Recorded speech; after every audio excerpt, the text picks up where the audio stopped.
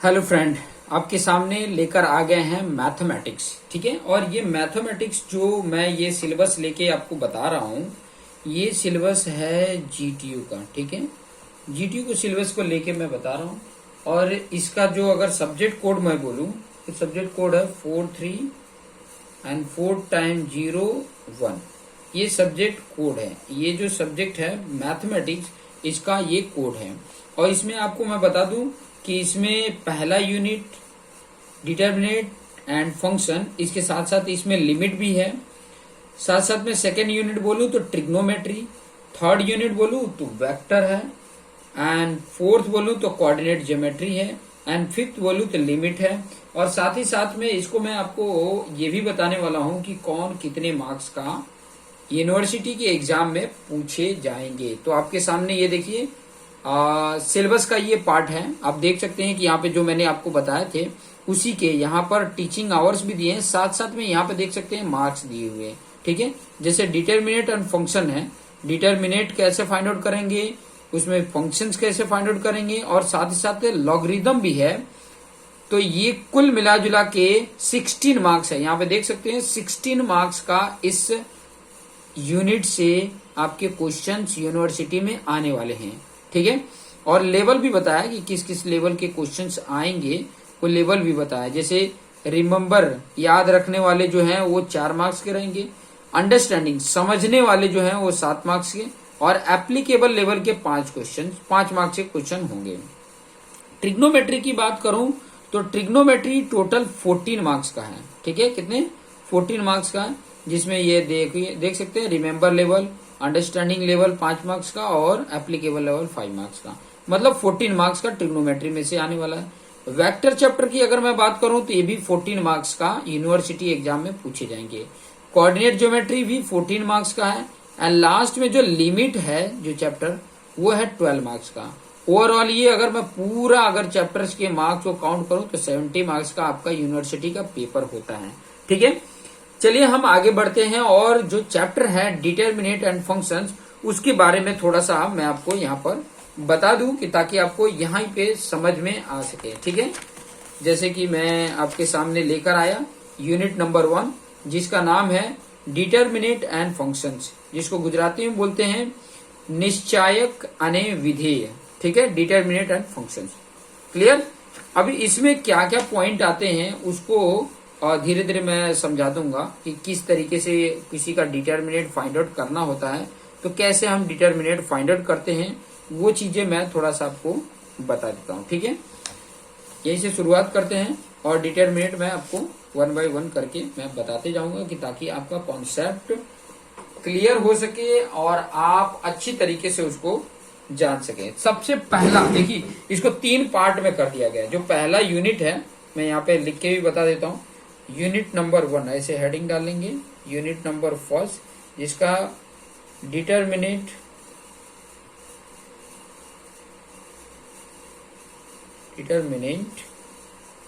And function, ये chapter है, but इसको 3 पार्ट में डिवाइड किया। आपके टेक्स्ट बुक में आप देख सकते हो कि 3 पार्ट में इसको डिवाइड किया है, जिसमें से पहला, अगर मैं पहला पार्ट बोलूं ए, तो उसमें आपको सिर्फ सीखना है डिटर्मिनेंट।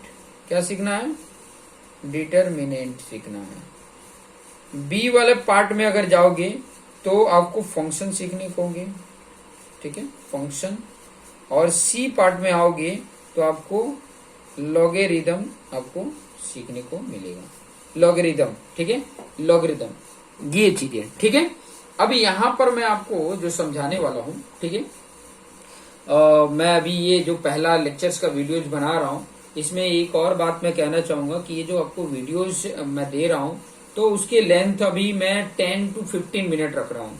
अगर आपको लगता है कि हाँ कुछ और भी थोड़ा सा 20 मिनट तक वीडियोज बनाए, तो वो भी मैं आपको प्रोवाइड कर दूंगा। ठीक है, कि ताकि आपको आसानी से समझ में आ सके और कम समय में ज्यादा से ज्यादा आपके पास वीडियोज मिल सके। ठीक है, तो चलिए हम आ जाते हैं, ये आपको पार्ट 1 जो ए है उसके बारे में, इसके बारे में हम थोड़ा सा जान लेते हैं किस तरीके से डिटर्मिनेट फाइंड आउट होता है। ठीक है, डिटर्मिनेंट किस तरीके से होता है और कैसे फाइंड आउट होता है वो चीजें मैं बता देता हूँ। एक्चुअली ये डिटर्मिनेंट की हेल्प से कोई दो लीनियर इक्वेशन है ना, उसको भी आप सॉल्व कर सकते हैं। कोई दो लीनियर इक्वेशन है उसको सॉल्व कर सकते हैं। इससे जुड़ी हुई खास बात मैं आपको बता दूं कि जैसे मान लीजिए कि इस तरीके का कोई आपके सामने ए बी सी डी है, ठीक है, और इसका डिटर्मिनेंट फाइंड आउट करना है। तो इसका डिटर्मिनेंट जो होता है, ध्यान से समझना, इसका डिटर्मिनेंट मतलब पहले इसका मल्टीप्लीकेशन करो। पहले इसका मल्टीप्लीकेशन मतलब A into D, A into D, A D का मल्टीप्लीकेशन, फिर उसके बाद माइनस होता है, फिर इसका मल्टीप्लीकेशन करो बी इंटू सी, बी इंटू सी। तो ये वैल्यू अगर मान लीजिए कि ए बी सी डी अगर कोई वैल्यू होता तो वैल्यू में उसको रख के और इसका इसके साथ मल्टीप्लीकेशन करते, माइनस रखते, फिर बाद में बी और सी का मल्टीप्लीकेशन करके यहाँ पे रखते और इसको सॉल्व कर देते तो आपका आंसर हो जाता है। हालांकि ये जो वैल्यू है मैं अलजेब्रिक वैल्यू लिया हूँ, अल्फाबेटिकल वैल्यू लिया हूँ, लेकिन नंबर में वैल्यू आएगी तो आप इसी तरीके से कैलकुलेट करेंगे, ठीक है। फॉर एग्जाम्पल अगर मैं एग्जाम्पल नंबर अगर मैं 1 लेता हूं, ध्यान से समझिएगा। जैसे यहाँ पे दिया हुआ है, जैसे नंबर की मैं बात कर रहा था तो वही नंबर ले लेते, जैसे 2 दे दिया, -3 है, 5 है, 4 है, ठीक है। तो जैसे मैंने आपको बताया था इसका डिटर्मिनेंट फाइंड आउट करना है, तो क्या करेंगे हम इसमें, आप यहाँ पे देख सकते हैं क्या करेंगे। इसका पहले मल्टीप्लीकेशन 2 इंटू 4, सबसे पहले क्या करेंगे 2 इंटू 4 कर लेंगे और माइनस, फिर ब्रैकेट में इन दोनों का मल्टीप्लीकेशन 5 इंटू -3, 5 इंटू -3 का मल्टीप्लीकेशन कर दीजिए। देखिए इसका करेंगे तो 2 4 जा 8 हो गया, और यहाँ पे देखिए प्लस माइनस है तो ये माइनस में आएगा, 5 3 जा 15 -15, और यहाँ ऑलरेडी माइनस है तो ये माइनस और ये माइनस कितना हो गया प्लस, और ये 15। इन दोनों को अब ऐड कर दोगे 8 एंड 15 23, ये आपका आंसर आ गया। इसका डिटर्मिनेंट की वैल्यू आ गई 23। तो इस तरीके से जैसे क्वेश्चन पूछेगा नीचे ना निश्चय को न मूल्य शोधो, तो ये उसके मूल्य हैं।